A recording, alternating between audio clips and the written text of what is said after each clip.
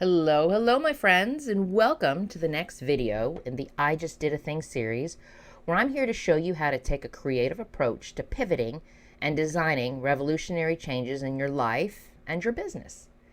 So I'm Penny, and I'm going to be your guide through this process, teaching you how to tap into your creativity so that you never run out of content ideas again. Because here's the thing, my friends, it's more than just understanding how to create better content. It's about understanding that success with your business isn't going to happen to you. Success in your business is going to happen because of you and your choices. So today we are doing the second part of the chapter called The Creative Process Can Get Messy. If you have not heard the first part of it, you need to stop this video and go listen to the other one, because that one sets the foundation of something that I talked about called the creative problem solving process. So go back to my account at the Penny Fox Create Your Business and look for the video that says 3 things you can do right now to uncover new, innovative content ideas. And that will give you the first part to what we're going to be talking about today. And then you can come back and get to the second part here. But for those of you who have already listened to the first part, let's get this thing started. So let's talk about this. Because here's the thing, as I talked to you a few minutes ago about your success with making a change is directly connected to your ability to creatively solve where you are so you can get to where you want to be. And one of the best tools that you have right now to get you there is your ability to use these creative problem-solving steps to become a problem finder in your content development process. And for you to connect this problem-solving work with your creative energy, you need to do these 2 things. The first thing you need to do is understand about consistent repetition and reinforcement. I can say that word. Consistent repetition and reinforcement. And the second thing that you're going to learn how to do is develop your ability to disrupt the pattern. That's a whole big conversation that I'm going to save for another video. But just put this in the back of your head.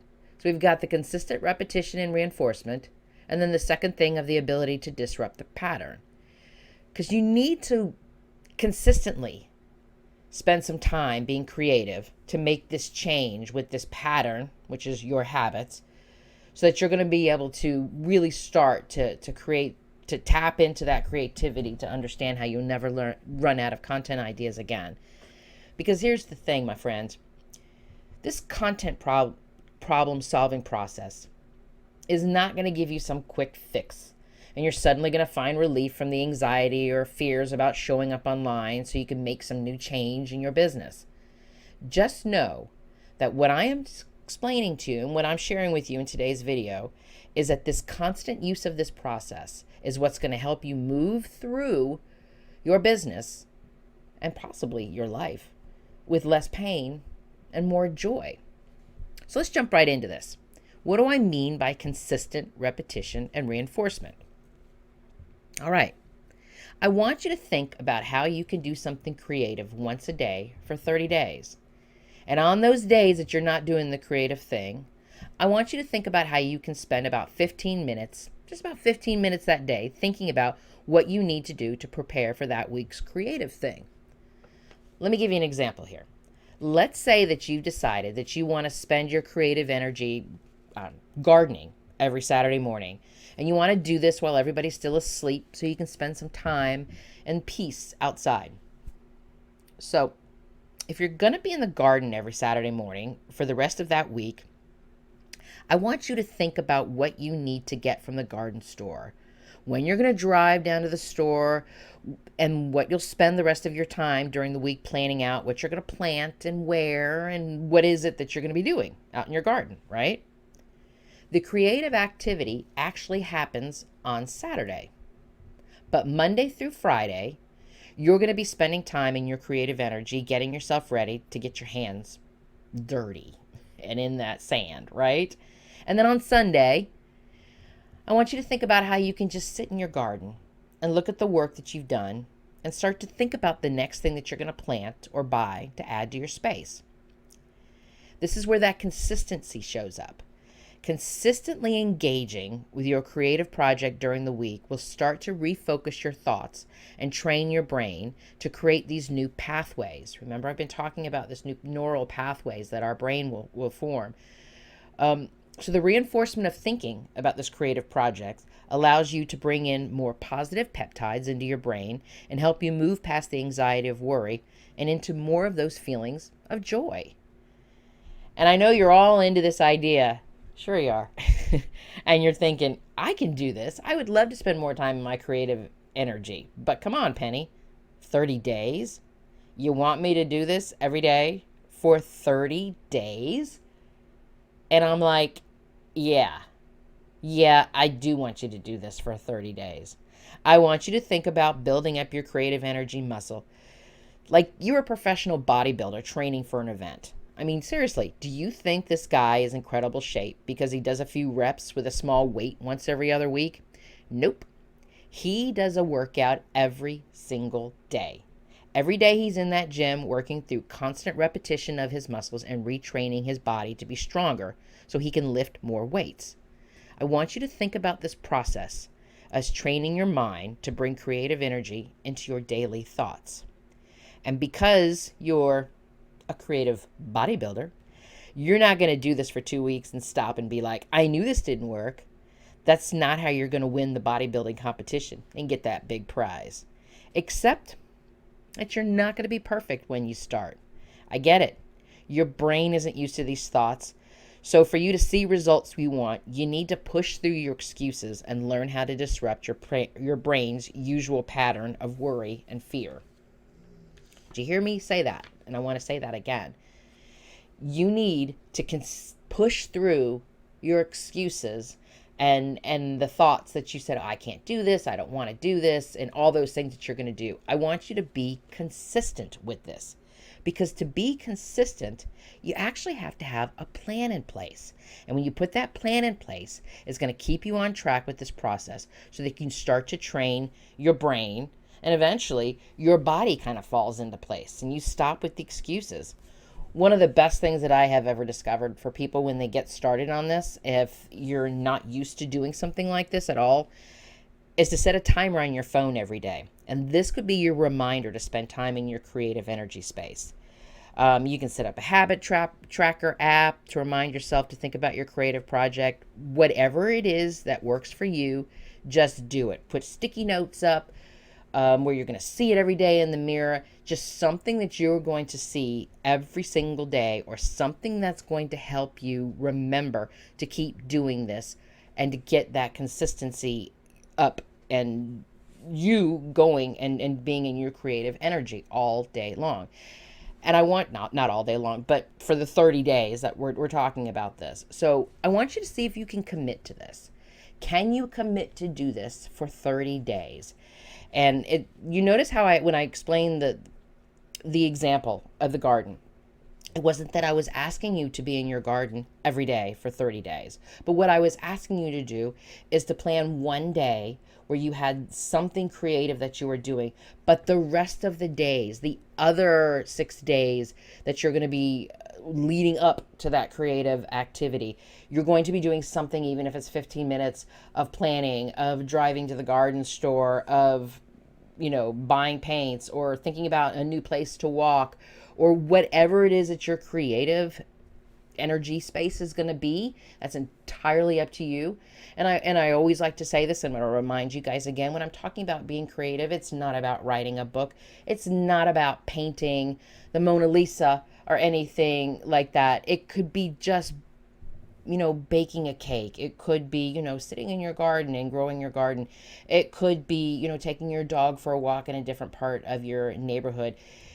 Just something where you are not sitting in front of your laptop and you are not just staring at, your remote control or your phone, with the other hand.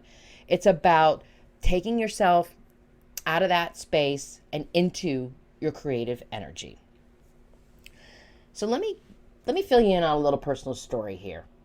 I want to share with you about this retraining idea that I'm talking about how I learned a painful lesson of retraining. Let me tell you a little story about something that happened to me in November of 2020. In November of 2020, I had no reason to be in the hospital. And I hadn't been in the hospital for like 17 years. Since my son was born was the last time I was in the hospital.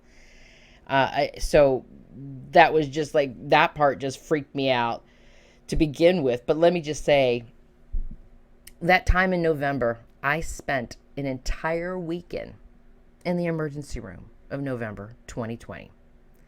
And no, thankfully, it wasn't because that I had COVID or anyone else did in my life. I'm thankful that's not the reason that I was a frequent visitor to the ER that month. The reason that I was there is because I was bitten by a spider. And not just any kind of spider, but a poisonous one. And to make this worse, that spider didn't just bite me. Yeah, I sat on it.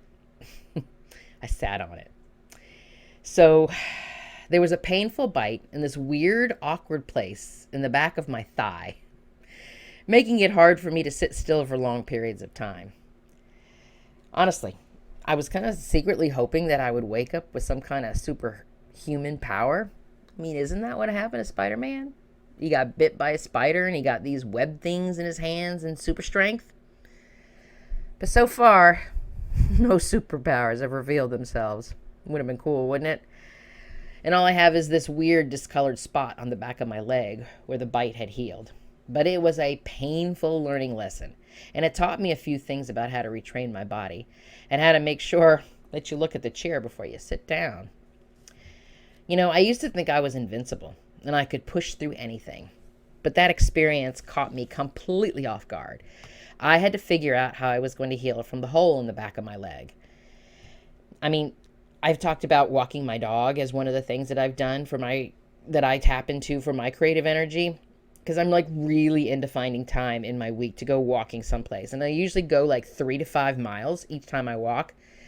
Sometimes I walk my dog downtown by the lake. And sometimes I'll drive to the other end of town by the river to watch the boats come in. I always make time for these walks, not just for my physical health, but my mental health as well. Being outside my house and being in nature gives me time to clear my head and move my body off that couch. So as I started to heal from the spider bite, it was hard for me to go on these long walks. I couldn't make it around the lake without having to slow down and take a break. It was frustrating not to be able to move at my usual speedy pace. But my leg had this hole in it. The hole about, I don't want to say, it was bigger than a quarter, like a 50-cent piece. It was huge. It was a pretty big, and I'm not going to get into the story about why I have this great big hole in my leg, but that's the hole that they had to cut into the back of my leg. So they had to cut the spider poison out. And then they wrapped me up in bandages. So anytime that I would walk really, really fast or move too fast or went too far, the bandages started pulling and causing even extra pain than the hole in my leg. You know, and it would have been easy for me to take a break from my weekly walks and claim that, oh, I just need the time to heal. But that's not how I roll, folks. I knew that I needed to retrain my body to walk again. And to do this, I had to put a plan in place. At first, I went smaller distances and just figured out how to kind of limp my way through on my bad leg. And I kept going. And then each week, I would add in extra daily walks with my dogs just to keep my body moving and towards healing. After the first month, the limping stopped. And the second month, I wasn't back to my speedy pace, but at least I was back to my usual distance of walking of at least 3 miles. And it just took a plan in place. And so every time I would think about where I was going to go, how far I was going to go, and then I would even track myself with my time on my phone just to see where I was. And every time I got better and better and better and started back to myself, to the self that I sort of am. I wouldn't exactly call myself normal. When have I ever called myself normal? But as close as I could be to normal.